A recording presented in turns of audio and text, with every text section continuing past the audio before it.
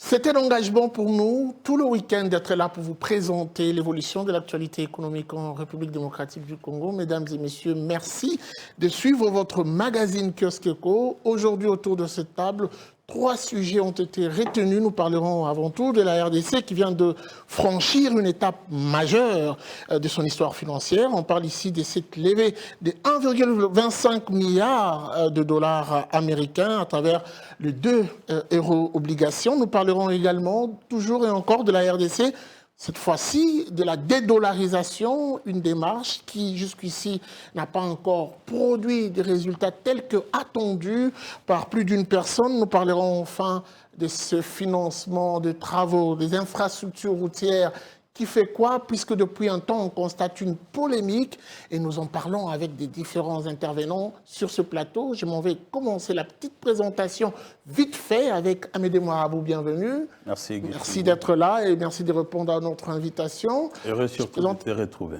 Très bien. Alors, Takizala, bienvenue. Le plaisir est partagé. Je vous sens un peu essoufflé. Vous avez répondu à notre invitation. Merci également.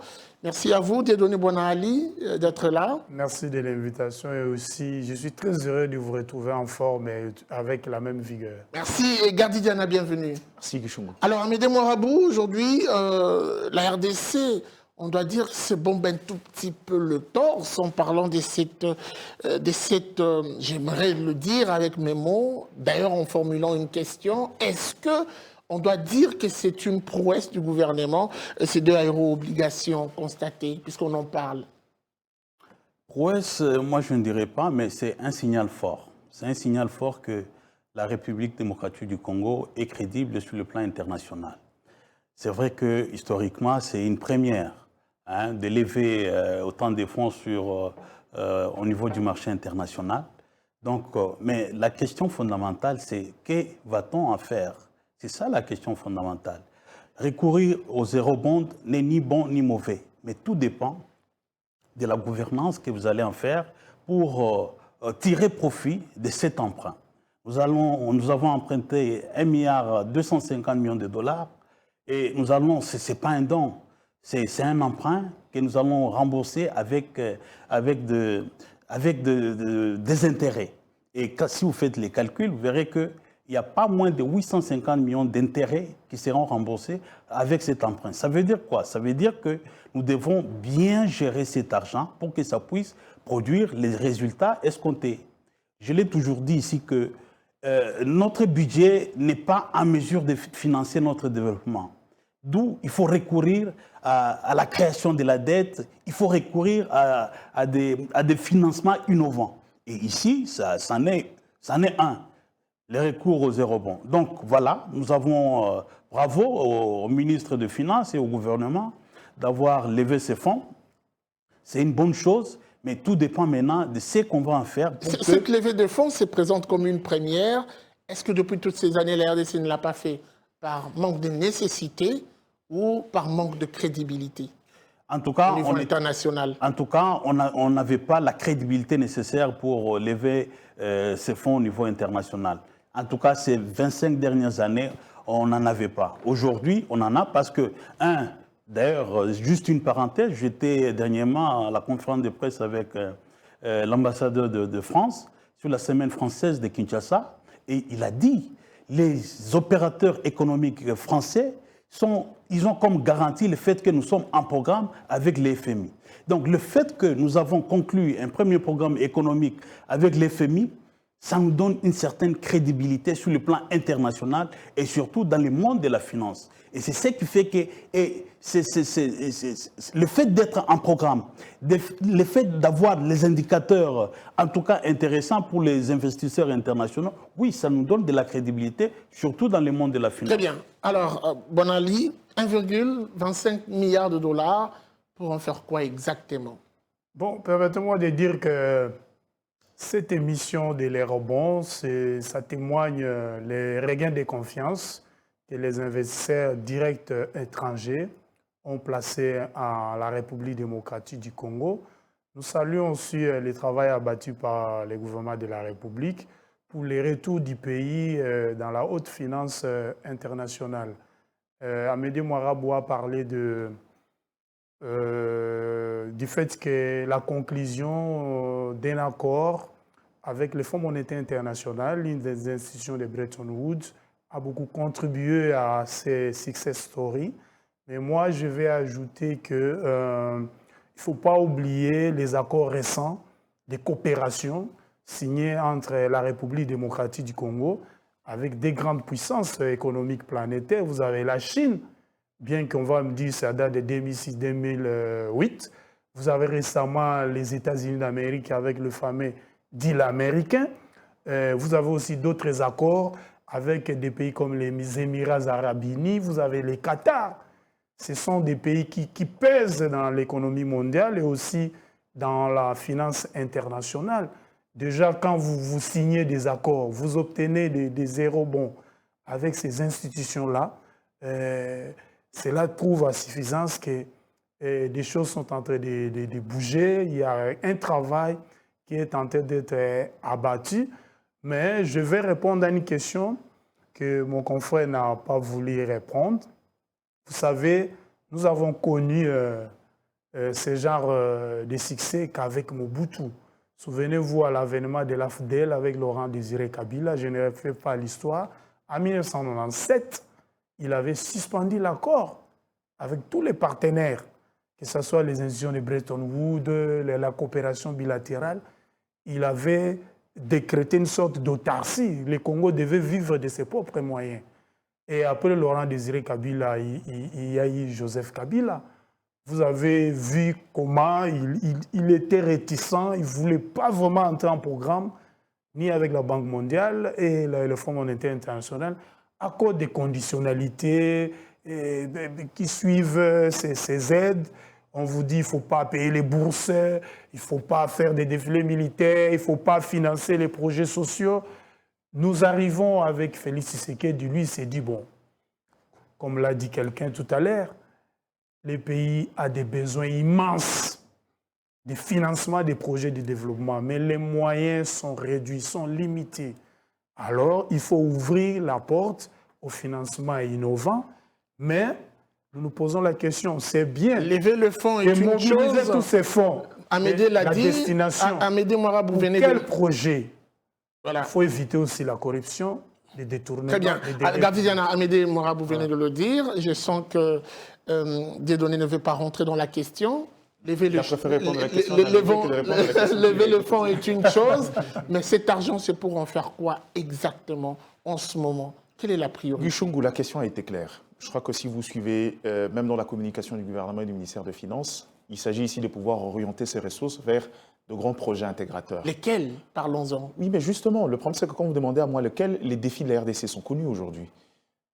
On a besoin aujourd'hui, par exemple, en termes d'infrastructure, on a toujours dit, on est une économie. Je ne veux pas revenir sur la facture d'Amédée Mourabou, mais il nous faut de sommes importantes pour pouvoir d'abord réorganiser le réseau routier à Kinshasa.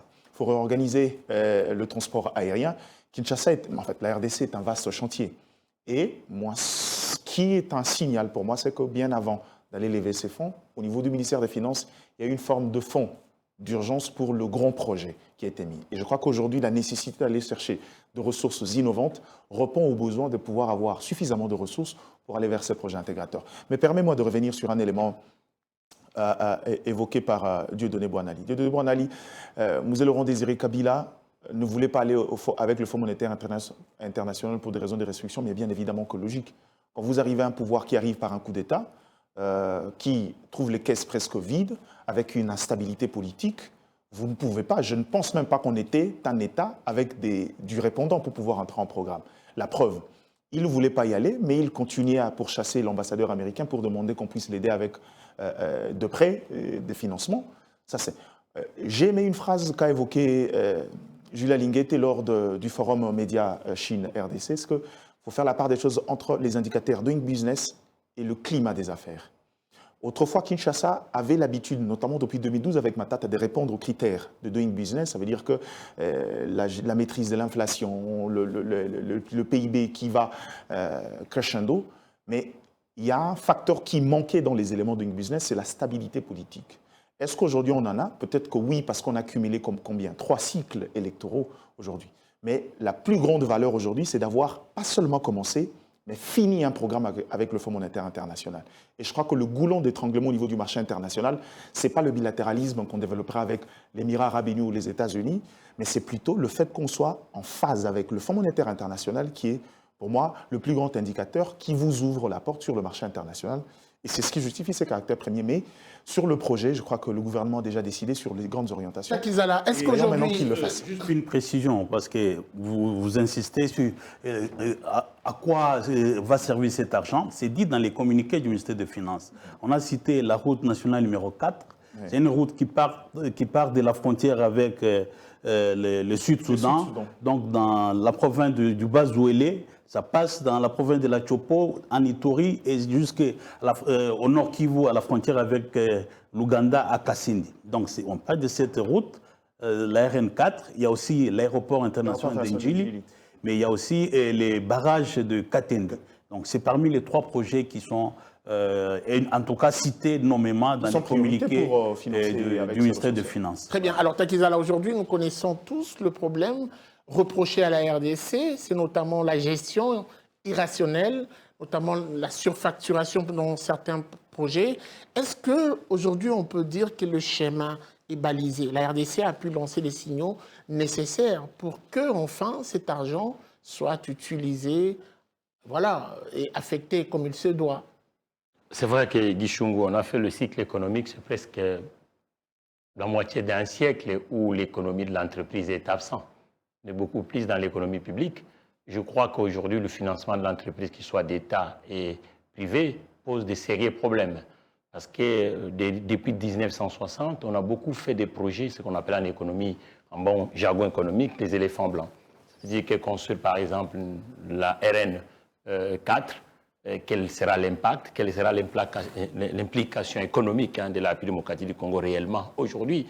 Parce que vous voyez, le sidérurgie de Maluku, c'était aussi un programme économique. On a endetté, on a fait ainsi de suite, mais en réalité, c'était un éléphant blanc. Je crois qu'aujourd'hui, nous avons un sérieux problème sur le financement de l'entreprise en République démocratique du Congo. Donc, nous devons faire quand même que dans le marché intérieur, parce qu'un emprunt à l'international doit permettre que nous puissions créer des ressources. Nous avons un problème que tout le monde ne parle pas, la création de l'emploi. Parce que les remboursements, c'est par les cotisations des uns et des autres. Le taux de chômage dans toutes les provinces, ça se mesure comment à l'heure actuelle? Parce qu'il faut que nous puissions avoir un marché intérieur capable à rassurer les autres. C'est déjà une bonne chose parce qu'on voit que du point de vue public, mais l'État doit avoir des alliés. Et les alliés de l'État, c'est l'entreprise. Aujourd'hui, l'entreprise congolaise ne s'exprime pas. C'est le moment maintenant que nous puissions avoir. J'ai toujours dit ça dans ces plateaux, que nous devons avoir les entonnoirs qui accompagnent l'entreprise du point de vue financier et du point de vue du contractuel. Aujourd'hui, 3/4 des entreprises congolaises, qu'ils soient d'État, qu'ils soient privées, nous sommes absents parce que vous voyez même un petit 2 kilomètres. Je veux reformuler ma question, parce que là, je me sens un peu perdu. On parle d'une gestion rationnelle de ressources. La RDC, depuis toujours, reproché de plonger un peu dans cette réalité. Et aujourd'hui, la République démocratique du Congo s'engage à lever les fonds, 1,25 milliard de dollars, pour financer le projet structurant. Je vais paraphraser Gardidiana qui a dit que déjà à l'interne, il y avait un mécanisme qui avait permis au gouvernement de lever des fonds à l'interne pour financer certains projets. Alors la question qui arrive, est-ce que le schéma est déjà balisé pour que l'on ne soit pas inquiet par la suite ou que l'on ne retombe pas dans les accusations d'hier en disant que la rationalisation des dépenses pose encore problème. Je pense que la répétition, ce n'est pas un péché, mais c'est la réalité de la science. Je vous dirais que ces derniers temps, je suis en train d'auditer les entreprises de l'État. Comme expert en matière entrepreneuriale, nous avons des sérieux problèmes. Nous devons remettre nos entreprises du point de vue compétitif, ressources humaines, est-ce que la RDC est prête ainsi de suite. À lever le fonds pour financer le projet structurant? Oui, mais c'est normal. Sans pour autant, nous sommes un État avec une démographie qui avoisine la réalité où la plupart des États n'ont pas, sauf que nous ne devons pas ignorer qu'aujourd'hui, du côté de l'entreprise, il y a vraiment un péché mortel. Nous devons faire de sorte que si nous voulons avoir un marché solvable en innovation, en création de valeur salariale, en création de valeur financière, parce que ces emprunts, il faut qu'on rembourse. C'est pour ça que je dis que ce que nous récupérons, évitons de faire les éléphants blancs type Exidorogie de Maluku, type Inga Shabao, le pylône de courant qui va jusqu'au Katanga. Donc maintenant, il faut faire de sorte que, du point de vue intérieur, le gouvernement doit avoir des alliés. C'est l'unique allié qui peut permettre au gouvernement que nous puissions être solvables du point de vue international. C'est l'entreprise. Oui, peut-être il faut, pour rassurer M. Takiza, là, justement, le gouvernement, il lève les fonds. Et ces fonds, c'est pour financer des projets. Qui vont réaliser ces projets-là?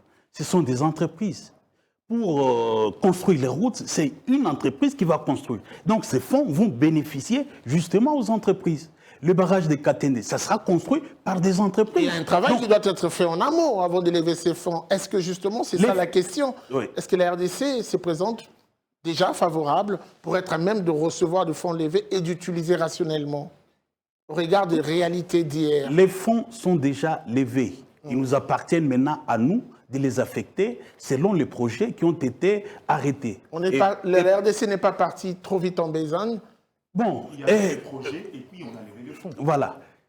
Peut-être que je peux sous-entendre ce que tu veux dire dans ta question. En fait, je commençais par dire que, en fait, ce n'est pas mauvais ou bon de recourir aux eurobonds.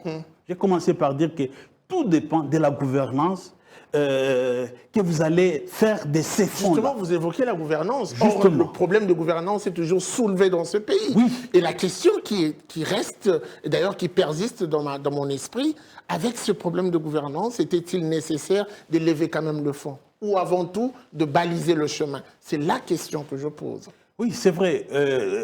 C'est normal. C'est normal. Mais moi, j'ai une certaine inquiétude. Une inquiétude parce que je vois que dans cette démarche du gouvernement de lever des fonds pour financer des projets, il y a une certaine incohérence. Je m'explique. Vous savez que là, avec cette levée des fonds, en fait, c'est un tournant. Habituellement, nous travaillons avec les partenaires des institutions de Bretton Woods, le FMI, la Banque mondiale, qui nous accordent des prêts à taux concessionnels. C'est des taux qui varient entre 0,5% à 1% ou 2% tout au plus. Et ces fonds, ces prêts sont échelonnés sur plusieurs années, 20 ans, 30 ans. Un exemple, en 2025, nous avons eu 600 millions de dollars d'appui budgétaire de la Banque mondiale. Cet appui budgétaire a été accordé à la RDC à un taux de 1% sur 20 ans. Ça veut dire que sur 20 ans, nous allons payer à peine 120 millions de dollars d'intérêt sur 20 ans. Vous voyez? Donc c'est un prêt qui est compatible avec notre niveau de développement, avec nos finances publiques. Mais ici, nous avons fait un virage vers le marché financier international, où les taux d'intérêt est élevé.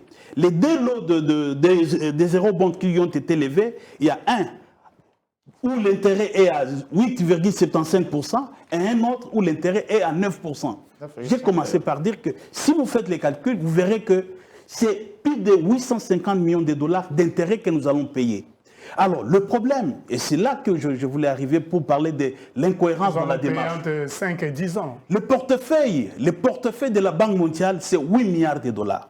Et jusqu'aujourd'hui, la RDC n'a pas encore absorbé la moitié de ces portefeuilles-là. Et pourtant, c'est de l'argent à un taux, en tout cas concessionnel, un taux bas, raisonnable. C'est-à-dire que nous avons 4 milliards de dollars que nous devrions lever auprès de la Banque mondiale, mais que nous ne parvenons pas à lever. Pourquoi? Parce que nous sommes rigides aux réformes.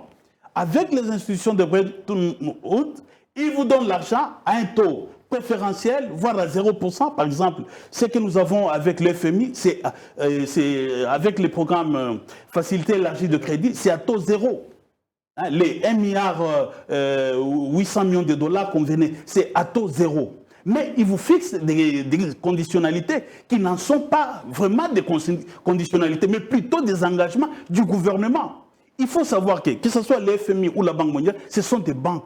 Quand ils prêtent, ils doivent se rassurer que le gouvernement qui est en face va gérer correctement les fonds de manière à rembourser. Puisqu'ici, il s'agit de prêts à long terme, 20 ans, 25 ans. Donc on doit s'assurer que la gouvernance est au niveau de permettre à ce que l'État puisse toujours. Donc ici... Qu'est-ce qui justifie cet engagement de la RDC? Au lieu de continuer avec ceux qui donnent un taux raisonnable, Voilà, on tourne le dos pour aller voir ailleurs. C'est pourquoi j'ai dit qu'il y a une incohérence dans cette démarche-là. Parce que nous avons 4 milliards qui sont à nous. Et d'ailleurs, il y a même un projet sur la desserte en eau et l'énergie de la Banque mondiale de 600 millions.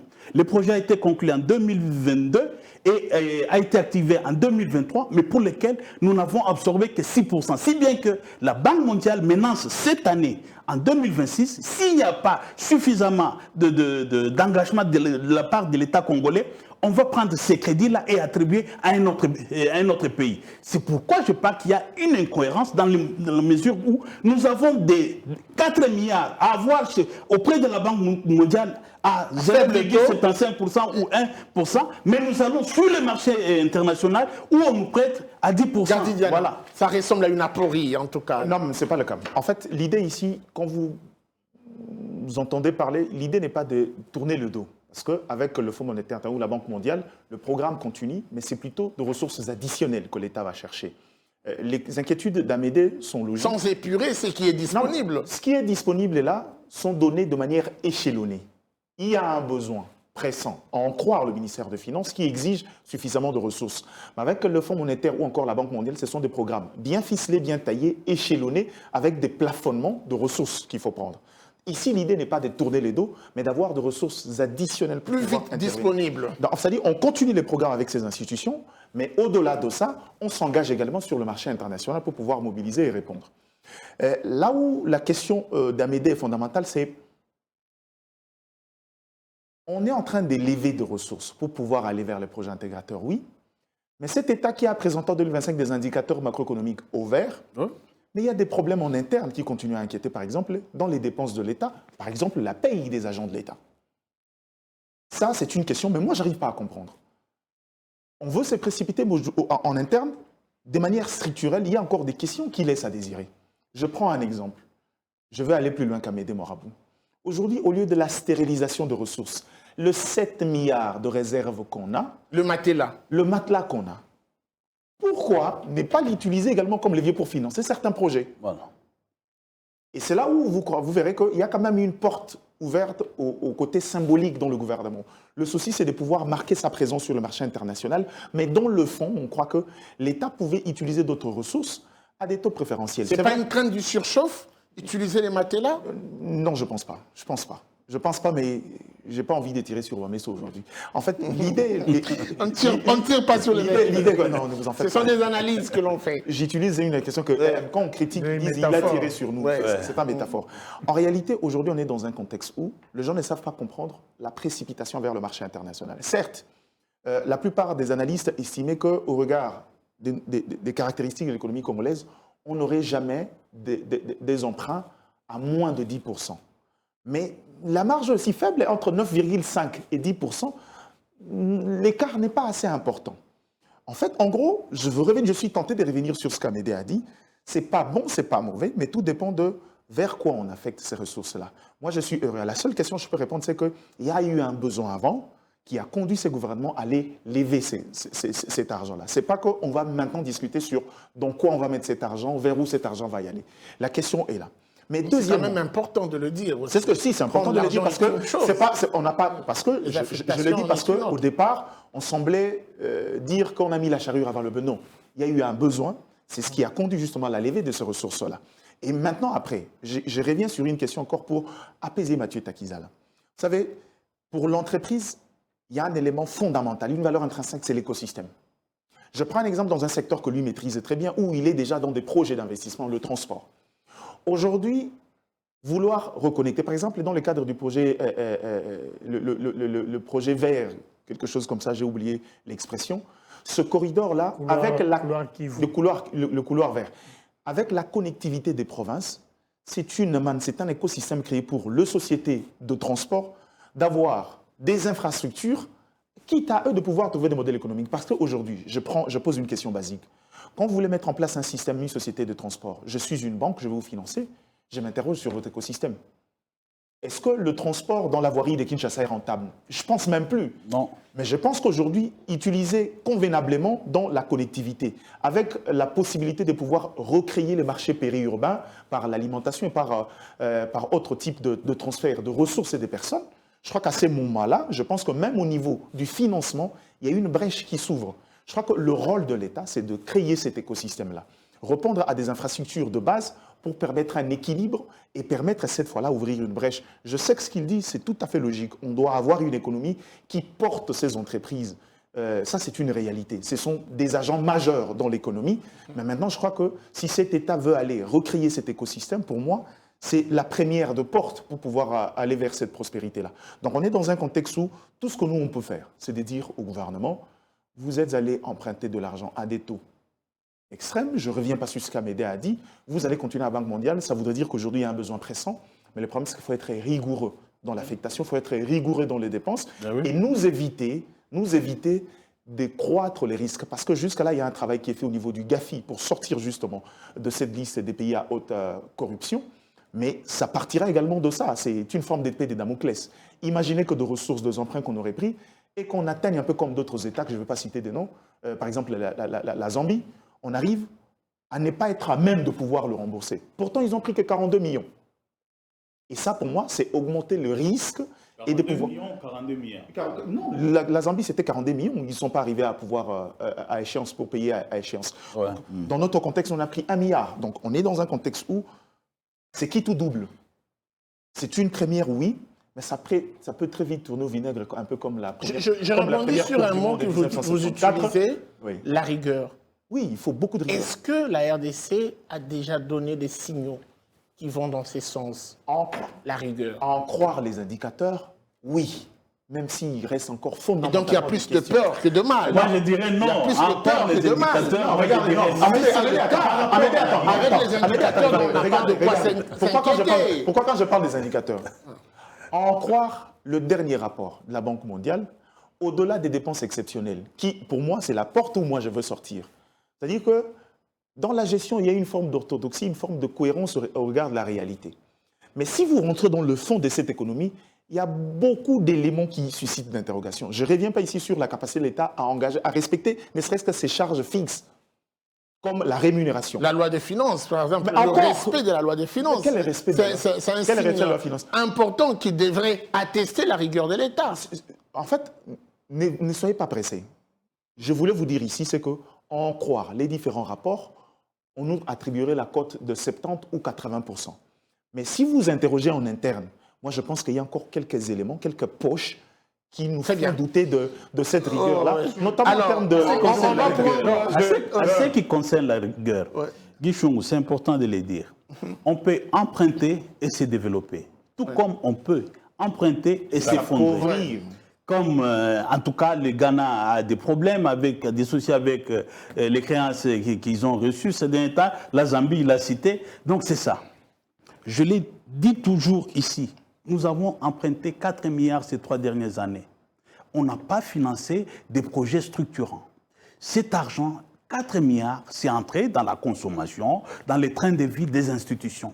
Ça veut dire qu'il n'y a pas de rigueur. Pas plus tard que cette semaine passée, j'ai fait un papier où j'ai démontré que 4 institutions de la République, la présidence de la République, la primature, le Sénat, l'Assemblée nationale ont consommé en 2025, selon les chiffres du ministère du Budget, 1,258 milliard de dollars. Il y a juste 6 ans. Pour le fonctionnement.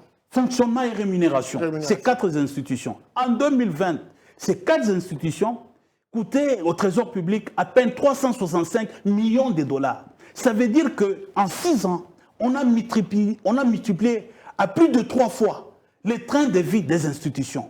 C'est pourquoi je tenais à répondre à cette question sur la rigueur. Mais est-ce qu'il s'agit ici des rigueurs? Si tel était dans les prévisions. Non, mais ce n'est pas dans les prévisions. Il y a des dépassement budgétaire. De combien de %? De plusieurs pourcents. Très bien. Alors, ça, c'est Takizal, rapidement.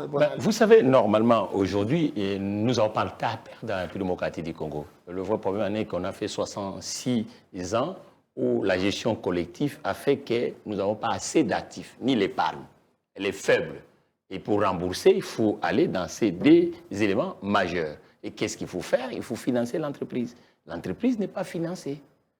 Donc, on peut beau faire tout. Ça a été ramassé par Gardiziana. L'écosystème financier. L'État peut rembourser sans dette, sans les Ça veut dire qu'aujourd'hui, l'État s'affaiblit. Pourquoi? Parce que les entrées de l'État, ce sont des agents économiques, particuliers et professionnels. Les deux agents est aujourd'hui en difficulté. L'informel a un épée immesurable. Personne n'estime les formels. Pour vous, les indicateurs qui certifient les sérieux et la rigueur du gouvernement ou de l'État, c'est notamment ce que vous venez de dire. Mais c'est logique, parce qu'il faut avoir un matelas. Le financement des entreprises. Il faut avoir un matelas. Comment tu parles d'entreprise? Moi, je suis un peu perdu. C'est un peu contradictoire. Aujourd'hui, à l'ère actuelle en République démocratique du Congo, vous allez voir que 3 cas, parce que le projet que nous parlons, ce n'est pas le projet du point de vue public, mais les projets dans un État solvable, c'est aussi le projet qui sont hébergés dans les entreprises. Une entreprise doit avoir des projets pour le développement, mais l'écosystème financier de son État, là On parle de projets structurels. doit permettre au dernier trimestre ces entreprises 2025 par les entreprises minières. Ce sont des entreprises. Je crois que le secteur qu'on a resté pendant 66 ans, c'est un seul secteur. Il faut diversifier l'assiette. La télécommunication évolue bien. Pour créer la télécommunication, nous savons que l'opérateur historique est en panne, il est malade même. Et on ne cite même pas le nom parce qu'on ne va pas faire la publicité. La Poste est en panne depuis des années. On ne fera même pas la publicité dans ces plateaux. Parce que le vrai problème, c'est quoi, Guy Chungu? Aujourd'hui, la dette, c'est un instrument économique, mais il faut quand même que la dette soit en phase de nos réalités. Nos réalités aujourd'hui, c'est quoi? C'est un État qui ne crée pas assez de débouchés pour l'entreprise. Il faut permettre à l'entreprise de créer des débouchés pour que nous puissions s'enrichir. Si on ne permet pas à une entreprise, c'est ça le problème. Moi, je voulais ajouter qu'on nous a toujours reproché en tant que pays notre faible mobilisation des financements internationaux. Exactement. Et là, nous sommes en train de corriger ces problèmes, nous sommes en train de changer de paradigme. Il nous a aussi été reproché, lorsque nous arrivons à obtenir ces financements, cet emprunt, comme les derniers, 1,25 ou 30 milliards de dollars, nous avons encore un autre sérieux problème, notre faible capacité d'absorption de ces financements. Cela veut dire quoi? Est-ce que nous avons mis la charrue avant le bœuf ou bien c'est le contraire? Avions-nous au départ des projets, avions-nous identifié des projets structurants qui peuvent absorber, qui peuvent absorber ces financements? Et demain, quand nous allons revenir encore sur les mêmes marchés, on va dire alors bravo au gouvernement de la RDC, ils ont pris 1,25 milliard. Voici ce qu'ils en ont fait. D'où ma question. D'où ma question. Est-ce que la RDC est prête? J'avais répondu à cette question. Ma crainte, mon estimé confrère Diana dit tout à l'heure, nous avons emprunté à des taux avoisinant les 2 chiffres. 8,5, 9. Quand un enfant obtient cette cote à l'école, vous allez dire c'est proche de la distinction, c'est proche de 10 sur 10. Nous nous disons, bon, quand on regarde aussi les délais de remboursement, on parle de 5 et 10 ans. Mais dans nos corps. Vous et moi, nous serons encore vivants. Cela veut dire, c'est nous, la génération actuelle présente, qui allons rembourser cette dette. Cela nous pousse à dire, à conseiller au gouvernement, attention, il faut utiliser avec efficacité ces fonds que nous avons obtenus en finançant des projets structurants. Moi, je préfère même des projets industriels, industrialisants. Par exemple, dans les secteurs porteurs, comme les transports, l'agriculture, l'énergie, les mines, et l'agro-pastoral, et la recherche scientifique. Il ne faut pas oublier la formation professionnelle. Le PME, la formation professionnelle, pour rejoindre mon ami, parce que ce sont des secteurs qui créent des emplois massifs. Et là, je vais corriger quelque chose que Takizala a dit par rapport au projet déjà identifié par le gouvernement. Attention, Manté Takizala, la RN4 n'est pas un éléphant blanc. Non. C'est la plus grande, c'est la deuxième plus grande artère de la République démocratique du Congo après la RN1 qui va de Sakania jusqu'à Boma-Mwanda. Donc après la RN1, c'est la RN4. Plus de 1500 km. Plus de 1500 km. Elle est même longue que la RN1.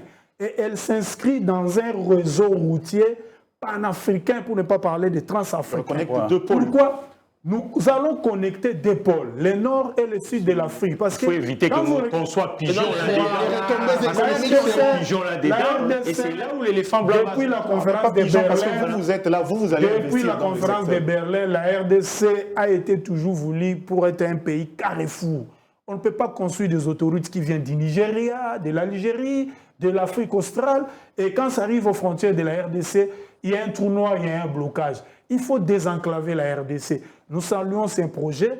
Nous pensons que les fonds qui seront destinés à la construction et à la modernisation de cette route seront réellement consommés et on ne va pas nous construire une autoroute de 5 cm. Très bien. Alors, Et très important, parce que vous avez beaucoup insisté sur la rigueur, et c'est très important. Pour que cet emprunt ne sert à rien, il faut justement bien l'utiliser judicieusement. Regardez, le président de la République a inauguré l'avenue Elenguessa il y a 2 ans. Aujourd'hui, si vous passez, vous allez voir qu'il y a des nids de poules sur cette Il nous a coûté plus de 30 millions de dollars. Voilà. Et s'il arrive que on Exécuté prend par une des société fonds congolaise. empruntés sur les marchés internationaux et on attribue à une entreprise pas sérieuse pour construire cette RN4, ça veut dire que dans 3 ans, 4 ans, la route s'abîme, mais nous devons rembourser cet argent pendant 10 ans. Donc c'est ça, on doit être rigoureux dans la sélection des entreprises qui vont Mais nous sommes exécuter déjà ces en train de travaux. Très bien. rembourser. Alors, Elenguessa, une route que nous n'avons utilisée à peine que pendant une année et puis Nous avons qui a construit la route, C'est une société congolaise. Monsieur Dieudonné. j'aimerais qu'on n'anticipe oui, pas. il y a Nous parlerons plus- tout à l'heure de route. J'aimerais plutôt annoncer notre deuxième sujet, puisque là, on était dans ces prouesses du gouvernement. Parlons plutôt de la dédollarisation gardidiana, puisque vous avez le regard rivé vers moi. Le gouvernement congolais, plusieurs fois, le gouvernement a annoncé cette démarche de dédollarisation. On l'a vu à l'époque avec quel gouverneur déjà, ou justement qui a tenté un moment... Kabedi a commencé avec le paramétrage de Justement, terminaison. et cette fois-ci, on parle de la dédollarisation en retirant le cash. Pensez-vous que la stratégie mise en place cette fois-ci est la meilleure pour réussir cette dédollarisation? Je pense que Et efficace, Je bien pense sûr. que André Ouamesso continue à aller dans le sens de ce qu'il a commencé. Son interventionnisme sur le marché de la monnaie lui conduit aujourd'hui à prendre des mesures drastiques pour pouvoir maintenir cette politique-là. Par exemple, aujourd'hui, de pouvoir limiter, interdire tout retrait en dollars américains. Le gros retrait, c'est précisé. Oui, mais la question, c'est quand on dit gros retrait, c'est défini à partir de quel montant?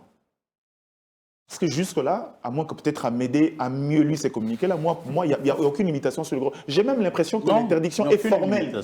Il n'y a pas de limitation. Ça veut dire On que si vous retire voulez plus de retirer, dollars. vous ne retirez plus des dollars au niveau de la banque. Donc si vous voulez retirer en N'importe la cash, banque. c'est-à-dire le dollar ne reste que une Dans les monnaie circuits bancaires. judiciaire, Voilà. transactionnelle sur le plan électronique, mais pas en cash. Ouais. C'est pour dire continuer à garder une forme, pour pouvoir accorder une certaine souveraineté à la monnaie locale et pouvoir continuer à gérer la fluctuation de son taux de change. Il est dans la continuité de sa politique, mais ce qu'il ne sait pas, la couverture bancaire en RDC est à quel niveau?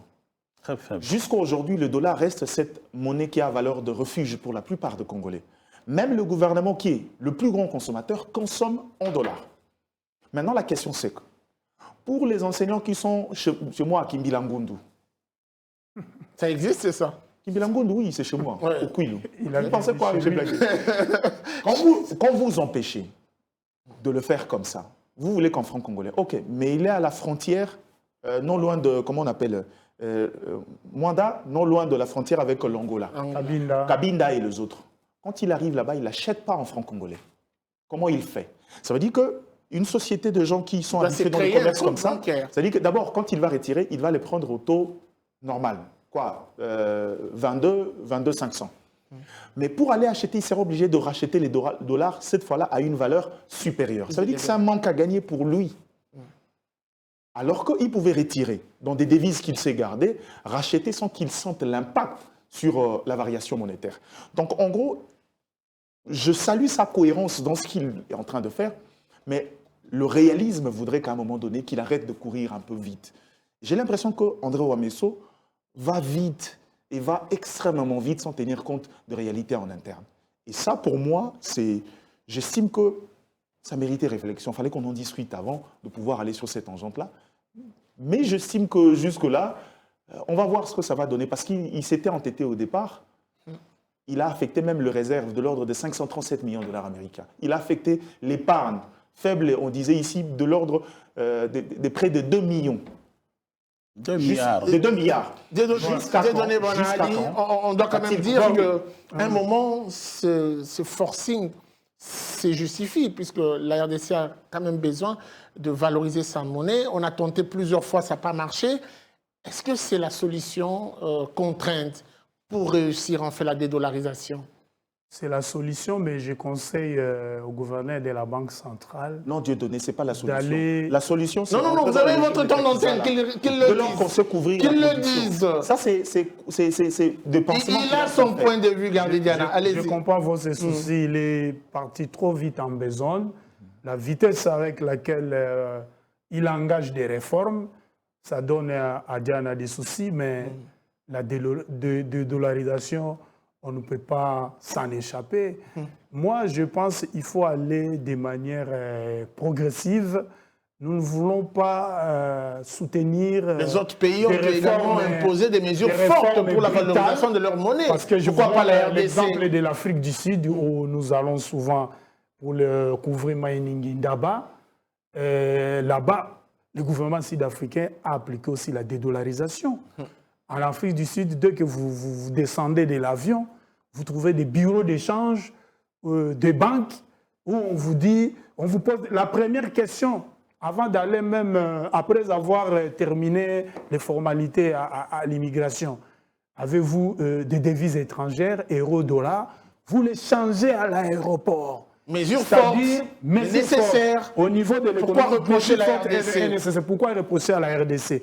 Mais il y a quand même, on a pensé aux pauvres. L'Afrique du Sud, même si aujourd'hui c'est une économie émergente, mais il y a toujours des pauvres en Afrique du Sud. Le gouvernement sud-africain a mis des plafonds, c'est-à-dire vous ne pouvez pas vous promener avec des billets de banque, une masse monétaire au-delà de 100 $.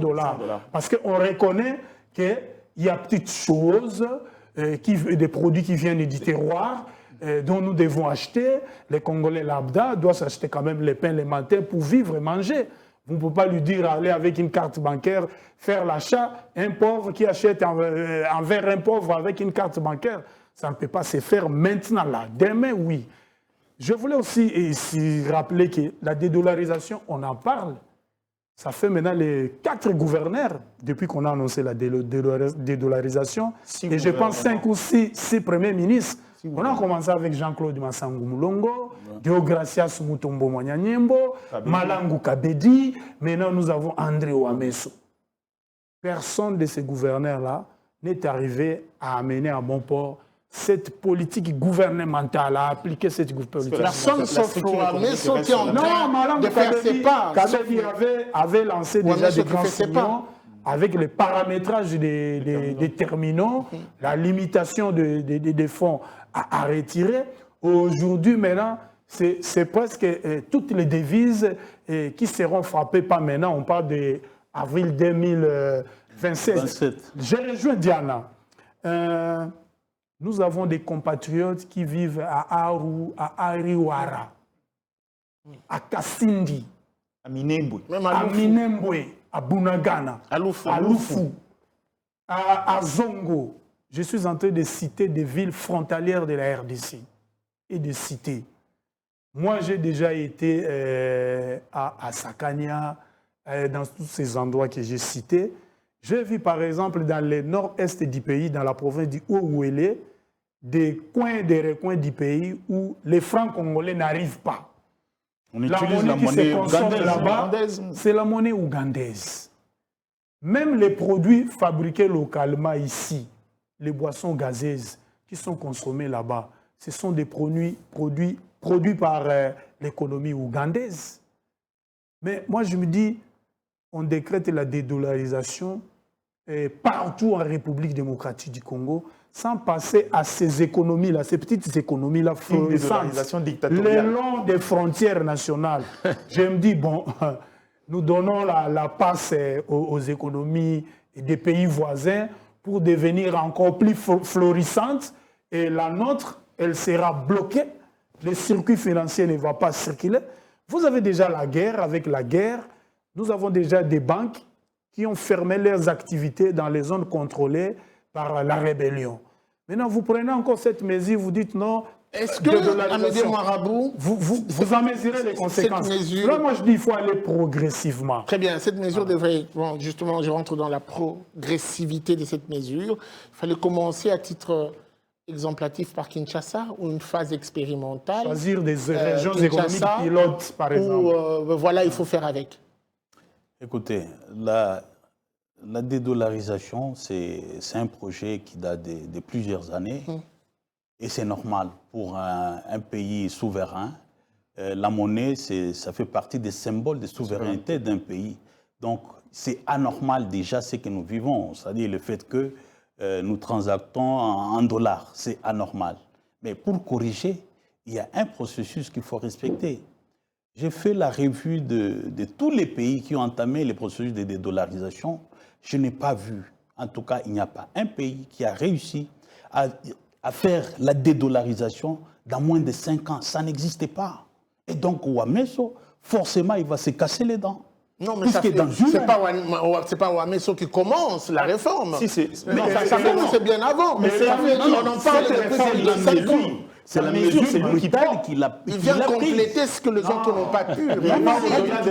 Pas du tout, pas du tout. Il vient de prendre une mesure brutale parce qu'il dit à partir du 9 avril 2027, personne ne peut acheter quelque chose en RDC, du cash comme ça, avec les dollars. Ça veut dire quoi? Ça veut dire que si cette mesure est respectée, ça veut dire que tous les cambistes doivent disparaître.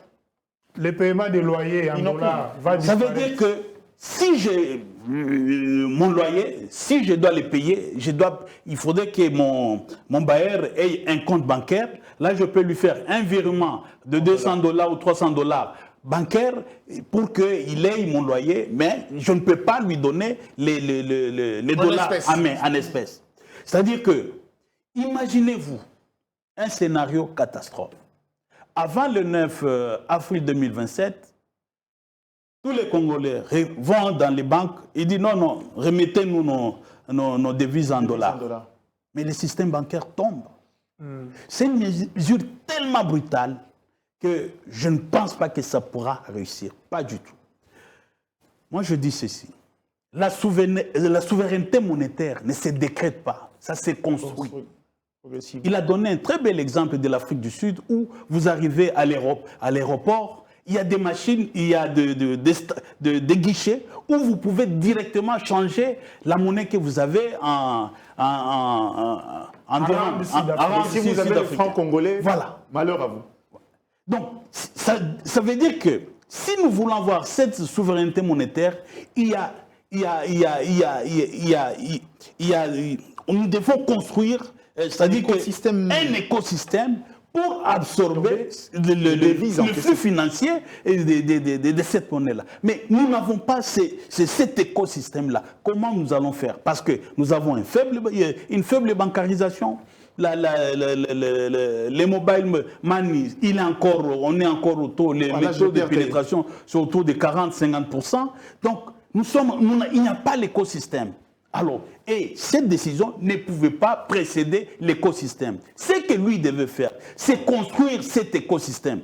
Il y a l'ancien gouverneur Malangou qui a pris la décision en sorte que tous les supermarchés puissent paramétrer leurs terminaux de paiement électroniques en francs congolais. Là, c'est raisonnable. En tout cas, moi, chaque fois quand je vais dans un supermarché, si je veux payer avec ma carte en francs, ça bloque toujours. Mais si je sors la carte en dollars, ça passe. Ça veut dire qu'il y a une résistance auprès des opérateurs économiques. Jusqu'à aujourd'hui, la plupart des paiements qui se font... Des mesures fortes sans accompagnement. C'est sans accompagnement parce qu'il n'y a pas... Il faut d'abord créer cet écosystème. Cette mesure prise par son prédécesseur, lui, depuis qu'il est là, il n'a pas fait le suivi de cette mesure. Aujourd'hui, regardez dans tous les supermarchés, on continue à payer en dollars, alors qu'il y a une instruction de la Banque centrale qui avait instruit tous les supermarchés à paramétrer leur système de paiement. Donc c'est ça. Il faut d'abord commencer par construire l'écosystème et puis après, on peut s'engager. Dans le pays des Andos, il n'y a pas de réseau. Les mobiles ne vont pas fonctionner. Il n'y a pas de banque. Et aussi, j'ai donné l'exemple de l'Afrique d'ici. Je voulais terminer par dire que même là où la dédollarisation a réussi, ce n'est pas à 99,99%. Les paiements... L'équivalent, c'est généralement 70-30 ou 80-20. De 1000 francs, de 2000 francs congolais, 3000 francs continueront. Il faut aller progressivement. Très bien. Et surtout ne pas faire table rase des acquis et laisser par les gouverneurs. Je suis sûr que vous allez nager à contre-courant, parce que je sens que vous appuyez quand même les réformes de la Banque centrale. Moi, je pense que ce n'est pas à contre-courant, mais on doit tenir compte des réalités pays. Aujourd'hui, normalement, la monnaie, c'est ce qu'on appelle valeur d'échange. Valeur d'échange, nos échanges sont à 99% du côté de l'informel. Ça, c'est le gouverneur doit tenir compte de ça. Et aujourd'hui, la capacité des gens qui travaillent, parce que l'échange dans le circuit bancaire doit se faire par la valeur salariale. La valeur salariale est faible. Donc, automatiquement, il faut que le gouverneur de la Banque centrale essaie un peu de comprendre qu'aujourd'hui, nous devons monter un EPCR par des gens qui touchent à la banque. Les gens qui touchent à la banque sont faibles. Puisque les gens ne touchent pas à la banque, ça veut dire que l'économie parallèle va être quand même dominant dans le circuit congolais. Le deuxième élément qui est basique dans des facs d'éco, ça veut dire que la production. Ça veut dire qu'est-ce qui pousse aujourd'hui que les monnaies étrangères soient quand même dominantes dans ces systèmes économiques congolais, c'est l'absence d'une production. Ça veut dire qu'aujourd'hui, il faut d'abord travailler avec le circuit économique du pays pour voir à tel aujourd'hui, par exemple, le céréales, combien de tonnes nous importons. Par exemple, les matériels IFI électroniques, combien nous importons. Les véhicules, combien nous importons. Au lieu d'importer en brut, est-ce qu'on pouvait ensembler dans le pays? En faisant ça, la monnaie locale, la monnaie ne se décrète pas. La monnaie, c'est avec la production. Même à l'époque ancienne du troc, il fallait avoir un bien pour que l'autre te donne un autre bien. C'est-à-dire qu'aujourd'hui, en République démocratique du Congo, nous ne produisons pas assez et que nos échanges sont du côté de l'informel. Il faut faire de sorte que les échanges de la République démocratique du Congo reviennent dans la canalisation de l'économie réelle. Et c'est pour ça que vous allez voir qu'on ne va même pas se bagarrer. Ça va aller automatiquement. Aujourd'hui, il faut travailler avec le monde de l'entreprise pour que si M. Wameso veut avoir clair sur l'échange, en République démocratique. Alors, une question qui annonce d'ailleurs la troisième thématique, puisqu'on doit quand même la prendre. Je sais que la régie nous fait pression. On doit finir cette émission avec cette troisième thématique qui nous parle de cette polémique qui a enflammé la toile, notamment, on l'a vu sur les réseaux et même les différents médias. On parle du financement des infrastructures routières Gardidiana, avec notamment cette cacophonie autour de qui fait quoi. C'est la grande question. On a le FONER, on retrouve le gouvernement central, le gouvernement provincial et d'autres structures qui interviennent un peu dans le financement des infrastructures routières. La question, elle reste ouverte. Qui fait quoi? À la question qui fait quoi, moi, depuis le début de cette polémique, j'ai comme l'impression qu'on cède à la clameur publique. Parce que normalement, cette question ne devrait pas susciter polémique. Pourquoi? En août 2025, le gouvernement, sur instruction du chef de l'État, s'est rendu compte que Kinshasa a autant de problèmes et Kinshasa présentait des soucis de ressources. On dit en termes parce que la loi donne au gouvernement central de pouvoir intervenir dans les cas de quelques projets d'urgence. Kinshasa décide de donner 160 millions, repartis en 3 projets. Le premier, c'est le projet, trois communes. Non, le projet 3 communes d'abord à 16 millions, le projet des 100 km à 91 millions, et il y a un autre projet, je crois, j'ai oublié, de l'ordre de 51 millions. On donne, il exécute le. OK. Le ministre des Finances arrive au niveau du Parlement pour discuter avec les parlementaires sur quelques projets de loi, notamment la question sur le financement de différents projets par les partenaires étrangers. Dans la question, il évoque l'intervention du gouvernement central en termes d'intervention d'urgence sur la ville de Kinshasa. Et je comprends, sur le plan sociologique, les Congolais se sont posé la question, si c'est le gouvernement qui finance à 100%, qu'est-ce que Kinshasa fait de ces ressources? Parce que le gouvernement, dans la répartition, le gouvernement peut intervenir dans des routes d'intérêt nationaux, mais la voirie est de la compétence de la ville. Mais les gens oublient que le gouvernement, en termes d'urgence, la loi lui donne également l'autorisation de pouvoir intervenir en cas de nécessité. En cas de nécessité. Exactement. Et c'était le cas de Kinshasa. On criait haut et fort ici que Kinshasa devenait invivable. Et le comble, ce que ce n'est pas que Kinshasa, Chikapa, au Kasaï, il y a même des travaux. Kasaï, il y a maintenant des routes. Au-delà du projet de 145 territoires, il y a eu des financements du gouvernement. Alors la question, quelles sont les actions parallèles menées par la ville de Kinshasa dans le cadre de financement de routes, logiquement, cet échange entre le ministre des Finances et les députés a suscité la question au niveau de l'opinion, c'est qu'est-ce que la ville de Kinshasa fait avec ses ressources? Au lieu que le gouverneur arrive pour présenter ce qu'elle lui déjà fait avec les peu de ressources qu'il a, il s'engage dans la polémique. C'est là où moi je trouve incohérent. Dites-nous, écoutez, nous on a collecté autant. Certes, pour tel projet, le gouvernement a financé, mais voilà ce que Kinshasa a pu faire avec le peu de ressources qu'il a. C'est ça la cohérence. Mais il n'avait pas tort de dire que dans ce que le gouvernement central donne, c'est notamment fruit de leurs cotisations et leurs recettes. J'ai toujours dit aux gens. Maximisées. Aujourd'hui, il est vrai que la caisse de péréquation qui était censée redéfinir l'équilibre dans la redistribution de richesses est un vrai problème, un vrai casse-tête. Ça, c'est une certitude. Mais il ne doit pas entrer dans ce que moi j'appelle la philosophie de la gouvernance. Le problème, c'est que ces ressources étaient des ressources répertoriées dans les livres du gouvernement central, qui, sur instruction du chef de l'État, on a décidé de le réaffecter vers la ville de Kinshasa. On vous donne de l'argent pour exécuter les travaux. Évitez de nous emmener dans les débats. Non, d'ailleurs, il faudra que Kinshasa mobilise. Oui, mais vous êtes des entités, oui. Mais il y a d'abord un organe qui s'appelle... Est-ce que la ville de Kinshasa a assez de faut pas faire de la philosophie. Assez de manettes pour être à mesure de financer le route, le moyen nécessaire et les ressources qu'il faut. Guichongo, Kinshasa, c'est la plus grande ville de la République démocratique du Congo. C'est la plus grande ville de la République démocratique avec 17 ou 20 millions d'habitants, avec autant d'entreprises installées ici.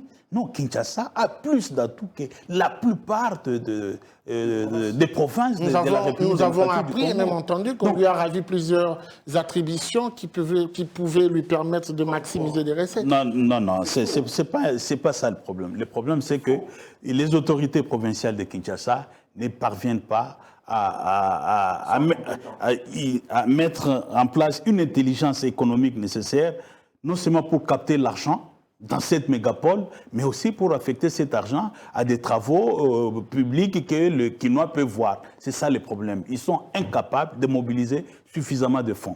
Il est vrai que la rétrocession que le gouvernement devait faire envers les provinces, le gouvernement ne le fait pas à hauteur qu'il faut. Ça, c'est un fait. Ce qui fait que ça prive les provinces, pas seulement Kinshasa, mais toutes les provinces, de suffisamment de ressources pour effectuer des travaux. Mais quoi qu'il en soit, il faut savoir que le denier public, les finances publiques, il n'y a qu'un seul compte du Trésor. C'est ça, c'est les comptes de l'État. C'est-à-dire que ces comptes-là, s'ils financent un hôpital à Kinshasa ou une maternité au Lolaba, c'est le même compte. Alors, si Kinshasa prend cet argent, il donne au gouvernorat de Kinshasa de faire la même activité, le ministre des Finances, il pouvait tout aussi prendre les 160 millions de dollars, donner ça au gouvernorat de Bandundu pour effectuer les travaux routiers. Donc, c'est ça. Mais le problème, c'est que, en fait, le vrai problème, c'est que nous sommes dans une période de crise des trésoreries. Il n'y a pas suffisamment de fonds dans les caisses de l'État, ce qui fait que beaucoup de travaux n'avancent pas et on ne voit pas les résultats. C'est ça le problème. C'est ce qui fait que, bon, comme on a aussi des membres du gouvernement provincial qui ne savent pas comment collecter l'argent, alors là, ils se rabattent sur le gouvernement central pour dire que c'est eux qui ne nous donnent pas l'argent. On finit avec Tatizal rapidement. Moi, je pense que c'est une polémique malsaine, que ce soit l'argentier national Doudou Fouamba, que ce soit du côté du gouverneur de la ville de Kinshasa, Daniel Bumba. Tout le monde connaît les bureaux de tout le monde. C'est une affaire qui pouvait se régler dans la bureaucratie. Je constate aussi que dans cette affaire, on ne nous dit pas toute la vérité parce que j'ai suivi l'intervention du ministre des Finances à la Chambre basse du Parlement national. dans sa déclaration, il a dit que toutes les routes financées dans la ville de Kinshasa ont été financées entièrement par le gouvernement central. Diana, qui est à mes côtés, a parlé de 160 millions de dollars décaissés par le gouvernement central en août 2026, depuis 2025. Je me dis, bon, je suis Kinois, habitant de la capitale, je suis journaliste, j'ai l'avantage de visiter toutes les communes. Surtout la nuit. Surtout la nuit. Je me dis, bon, quelque part, j'habite Mongafula, je vois une nouvelle route en construction, les rocades. Je me dis, bon, on a dit toutes les routes, mais moi, dans mes investigations, je suis arrivé à cette conclusion. À Kinshasa, il y a des routes qui sont construites sous financement Sicomine, sinon congolaise des mines, qui financent les rocades Kinshasa Sud-Ouest et Kinshasa Sud-Est, qui va du terminus Mboudi jusqu'à la sortie Nzokwa, vers Kingasani à Souka, à un vol d'oiseau de l'aéroport international d'Ndjili. Je constate aussi que la Banque mondiale, là je me ferai, je pense, appuyé par Amédée Mouarabou, a financé pour une bagatelle somme de millions de dollars le projet Kinelenda, hein, qui est en train de métamorphoser les communes de Kinseso, Matete, une partie de la commune d'Ndjili. Vous avez aussi Mongafula. D'ailleurs, je souligne en passant que la maison communale d'Ndjili a un nouveau bâtiment qui n'est pas à comparer avec l'hôtel de ville de Kinshasa. Il suffit de passer pour y jeter un coup d'œil. Nous avons aussi des routes qui sont financées par les partenariats publics-privés. C'est-à-dire une entreprise de construction qui gagne un marché, comme la loi en la matière demande que vous devez préfinancer les travaux. À hauteur de 20-30%, l'entreprise commence les travaux. Et puis le financement public ne suit pas. L'entreprise se dit, bon, moi j'ai fait ma part, j'ai respecté la loi. Au gouvernement, au trésor public de faire sa part, je m'arrête là. Il y en a encore d'autres financés par les fonds. Voilà, j'en arrive. C'est pour cela que vous voyez beaucoup de chantiers qui n'arrivent pas à leur fin. Nous avons aussi des routes financées par la redevance routière collectée par le Fonds national d'entretien routier. Beaucoup de gouverneurs qui arrivent ici à Kinshasa, ils font le marketing. J'ai construit telle route dans la province de Chouapa, telle route aussi de Kivu. Mais ces routes n'ont pas été financées par les recettes de la province. C'est le financement FONER. Les financements FONER sont les financements du gouvernement central. Voilà. Parce que l'injonction le FONER est pour l'entretien. Quand le FONER finance une construction, ça veut dire que c'est le gouvernement central qui donne l'injonction. Voilà. Il y a aussi des fonds spéciaux, des interventions spéciales. Comme l'a dit tout à l'heure quelqu'un, le gouvernement central constate que Kinshasa n'appartient pas seulement à l'hôtel de ville de Kinshasa. Kinshasa a un triple statut. Ville, capitale, province, et puis nous avons un exécutif provincial. Quand on constate que parfois l'exécutif est défaillant, l'allocation des ressources collectées n'est pas bien canalisée vers des projets structurants, le gouvernement central intervient. On doit conclure. Vous avez aussi des projets. Là, nous on a compris. C'est quoi la conclusion? La chute. Bumba finançait quels travaux? Le projet que Bumba a financé. Pense avoir financé. C'est lesquels? Non. Moi, je ne peux pas parler à sa place. L'économie, ce sont des chiffres. Quand on dit, quand le ministre du gouvernement central dit, moi, j'ai décaissé 160 millions. Pour le compte du gouvernement central. Et du côté de l'hôtel, c'est combien? Venez aussi avec vos chiffres. Il n'a même pas donné des chiffres. Donnez des chiffres que l'exécutif provincial a décaissé autant de millions de dollars et pour autant de kilomètres. Et comme preuve, je descends sur le terrain. Je vous montre quelques artères. Par exemple, l'avenue Wangata, c'est le financement de l'exécutif provincial. Par exemple, l'avenue Erengesa, vous donnez des preuves. Alors, on va finir cette émission. Chers dirigeants, moi, je vais vous prendre, pas pour commenter cette information, puisque je pense qu'on a tous dit la même chose. Les analyses convergent vers toutes le même... Non, lui, il a tenté de sauver Bouba. Non. Non, je ne l'ai pas sauvé. Je Je l'ai pas sauvé. J'ai donné la le vérité même état des lieux. au peuple Moi, nigérien. je vais plutôt vous laisser commenter la caricature en une seconde, puisqu'elle va apparaître derrière moi. Donc voilà, elle est là, cette caricature. Vous avez le temps de voir mieux que moi, puisque vous mettez des lunettes, Opération politique. de lire et puis de commenter. Allez-y. Faire pour le trésor public. Ben, vous pensez, ce qui est derrière nous nous enseigne comment on doit se comporter dans les espaces publics. Ouais. Et d'ailleurs, ça se marie avec ce que vous faites, puisque je vois des véhicules. Et comment on doit se comporter dans les espaces publics, même dans l'espace public en termes de gestion et de responsabilité. Et là, on était sur la partie qui est essentielle, les routes dans tout le pays du monde. Il y a ce qu'on appelle les routes financées par l'argent provincial, l'argent national et l'argent régional. Mais quand vous voyez nos routes aujourd'hui, normalement, les usagers ne peuvent plus circuler sans avoir les autorisations qui le permettent à circuler. Et ils ont aussi des contributions qui payent à la communauté nationale. Mais malheureusement, cher Guy Chungu, qu'est-ce qui se passe? Ça, c'est pas la caricature. Oui, mais non, mais c'est ce que je dis. Non, la caricature, nous voyons. Il faut que je chute. La façon que moi... Non, vous avez été annoncé pour la caricature. Donc, si je On vois peut là, lire. si je vois là, je lis. Tu ne peux jamais gagner. D'un côté. Tu as peur de perdre. Oui. Et plus bas, on dit grâce à Béton, les léopards, au mondial 52 ans C'est les maisons et après. les véhicules que le C'est chef de l'État donnait finalement aux joueurs. la récupération Et politicienne la faillite honteuse. dit que c'est de la J'ai peur récupération pour le politicienne. trésor Et public. qu'il a peur pour le trésor public. Bon, vous devez savoir que 52 ans, c'est un siècle, presque la moitié d'un siècle. Et aujourd'hui, on ne peut pas être gagnant sans la com. Et aujourd'hui, ce que les joueurs ont fait, nous ont fait gagner presque 60 ans. Et 10 millions de dollars Donc, à l'État. 60 ans, et c'est à nous maintenant de capitaliser ce que les joueurs ont fait. Les joueurs n'ont pas besoin même de véhicules, mais c'est symbolique.